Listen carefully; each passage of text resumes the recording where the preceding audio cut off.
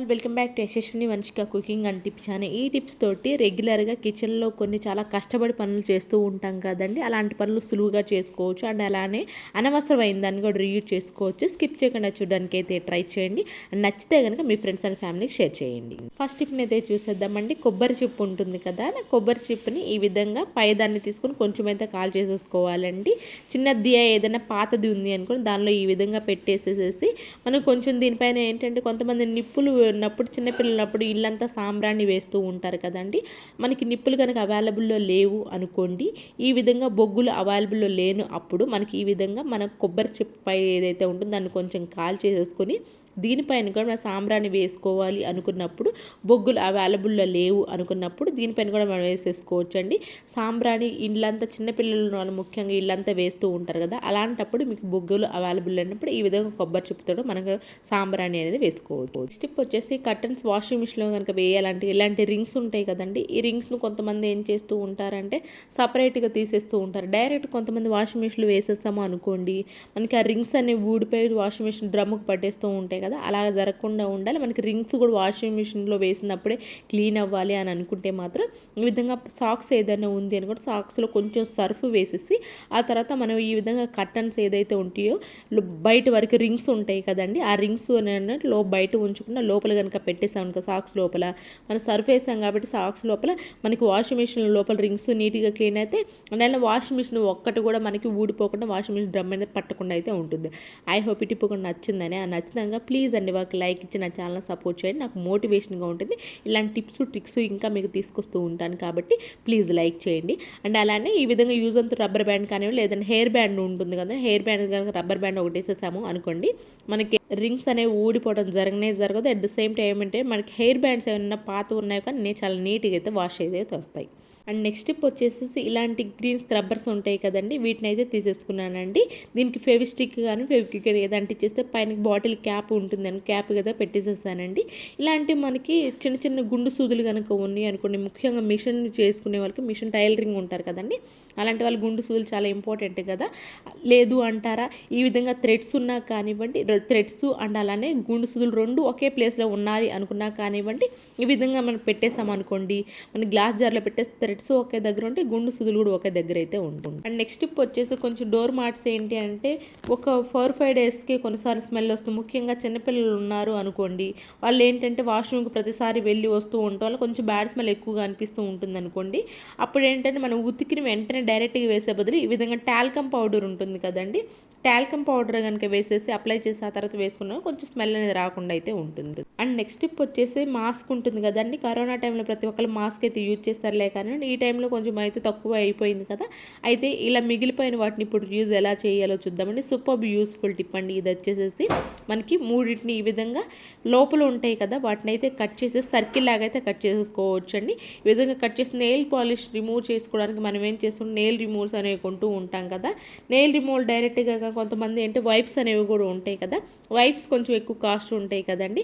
And nail removal bottle ఈ విధంగా తీసేసుకొని ఈ విధంగా మాస్క్ ద్వారా కట్ చేసినవి ఏంటి అని అంటే కొంచెం నెయిల్ రిమూవల్ కనుక వేసేసాం అనుకోండి, మనకు అవసరం నెయిల్ రిమూవల్ వైప్స్ లాగా ఉపయోగం తక్కువ ఖర్చులో మనకి ఇంట్లో నెయిల్ రిమూవల్ వైప్స్ అయితే అండ్ అలానే అనవసరమైన మాస్క్ కూడా రీయూజ్ చేసిన వాళ్ళం అయితే అవుతాం. ఐ హోప్ ఈ టిప్ కూడా నచ్చితే ప్లీజ్ మీకు ఏది బాగా నచ్చింది అనేది కూడా కమెంట్ బాక్స్లో కమెంట్ చేయండి. అండ్ నెక్స్ట్ టిప్ వచ్చేసేసి టీ బయట కవర్ ఉంటుంది కదండి, దీన్ని ఈ విధంగా పై దాన్ని అయితే కట్ చేసుకున్నాను. దీన్ని ఇప్పుడు దేనికి ఉపయోగిస్తాను, టీ బ్యాగ్ని అంతా అనవసరం అని చెప్పేసి పడేస్తూ ఉంటారు కొంతమంది.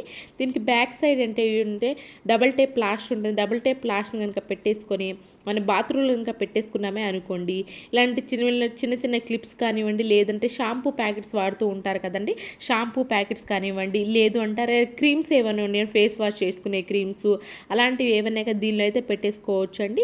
ఇన్ కేస్ హెయిర్ ఈ షాంపూ ప్యాకెట్స్ ఇలాంటి క్రీమ్స్ వాడిన వాళ్ళు ఏంటంటే హెయిర్ మనం హెడ్ బాత్ చేసినప్పుడు హెయిర్ అనేది ఊడిపోతూ ఉంటుంది కదా, ఆ హెయిర్ని కూడా దీనిలో అయితే వేసేసుకోవచ్చు.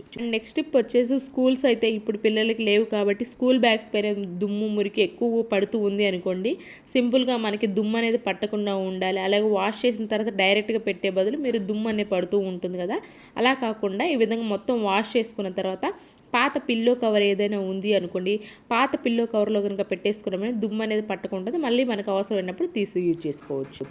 అండ్ నెక్స్ట్ టిప్ వచ్చేసేసి గ్యాస్ స్టవ్ బర్నర్స్ దగ్గర ఉంటుంది కదండి, నాబ్స్ ఉంటాయి కదా, ఆ నాబ్స్ దగ్గర ఏంటి అంటే మురికి ఎక్కువగా ఉంటుంది కదండి.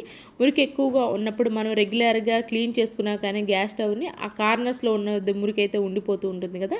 దీన్ని డైరెక్ట్గా క్లీన్ చేసే బదులు ఈ విధంగా ట్యాబ్లెట్ షీట్ ఉంటుంది కదా, ట్యాబ్లెట్ షీట్ బాగా షార్ప్గానే ఉంటుంది కాబట్టి అక్కడ ఏంటంటే కొంచెం ఈ విధంగా కనుక క్లీన్ చేసుకుంటూ ఉన్నామే అనుకోండి, నీట్గా క్లీన్ అయిపోతుందండి. ఆ కార్నర్స్లో ఉన్నది మనకి నార్మల్గా గ్రీన్ స్క్రబ్బర్, స్టీల్ స్క్రబ్బర్తో పోనేపోదు కదా. అలాంటప్పుడు ఈ విధంగా మనం ట్యాబ్లెట్ షీట్తో కనుక క్లీన్ చేసుకున్నామనుకోండి, నాబ్స్ దగ్గర ఉన్నది కూడా చాలా నీట్గా అయితే క్లీన్ అయిపోతుంది. ఐ హోప్ టిప్ కూడా నచ్చిందని అనుకుంటున్నాను. అండ్ నెక్స్ట్ టిప్ వచ్చేసి ఫ్రిడ్జ్ మనకు కొన్నిసార్లు ఎలా అవుతుందో ఫ్రిడ్జ్ డోర్ ఓపెన్ చేసిన ప్రతిసారి కొంచెం బ్యాడ్ స్మెల్ అనేది వస్తూ ఉంటుంది కదా. అలా మనకి ఫ్రిడ్జ్ అనేది బ్యాడ్ స్మెల్ రాకుండా ఉండాలంటే లవంగాలు ఉంటాయి, లవంగాలని విధంగా నలిపేసేసేయండి. ఆ తర్వాత దానిలో కొంచెం వాటర్ పోసేసి వైట్ వెనిగర్ ఉంటుంది కదండి, వైట్ వెనిగర్ని ఒక క్యాప్ అయితే వేసేసి దీన్ని ఫ్రిడ్జ్లో పెట్టేటప్పుడు క్యాప్కి ఏంటంటే హోల్స్ అనేది ఉండాలి. నాకు పైన క్యాప్కి అనేది హోల్స్ ఉన్నాయి కాబట్టి నేను స్పెషల్గా హోల్స్ అనేది పెట్టట్లేదండి. మీకు కనుక పైన క్యాప్ కనుక రంధ్రాలు లేదనికి చిన్న చిన్న రంధ్రాలను అయితే చేసి పెట్టేసుకున్నాం. వీక్లీ వన్స్ ఇది చేంజ్ చేసుకుంటూ ఉన్నామనికి మనకి ఫ్రిడ్జ్ అనేది బ్యాడ్ స్మెల్ లేకుండా అయితే ఉంటుంది. నెక్స్ట్ టిప్ వచ్చేసేసి షింక్ ఉంటుంది కదండి, షింక్ పైన కొంచెం మనకి ఏంటంటే రెగ్యులర్గా ముఖ్యంగా ఇలాంటి వైట్ ఉంటాయి కదా, ఎంత నీట్గా క్లీన్ చేసినా కొంచెం మరకలు కనిపిస్తూ ఉంటాయి. అలాంటప్పుడు ఈ విధంగా టూత్ పేస్ట్ కొంచెం వేసేసుకొని కొబ్బరి పీచు ఉంటుంది కదండి, కొబ్బరి పీచు వేస్తే ట్యాప్స్ షింకులు క్లీన్ చేసుకున్నా ఉన్నామే అనుకోండి, షింకులు అనేవి మంచి వైట్ కలర్లో అయితే డల్ షేడ్ లేకుండా అయితే ఉంటుందని చాలా నీట్గా అయితే క్లీన్, ట్యాప్స్ కూడా సేమ్ కొత్త వాటిలాగా అయితే ఉంటాయి. ఐ హోప్ ఈ టిప్ కూడా నచ్చిందని అనుకుంటున్నాను.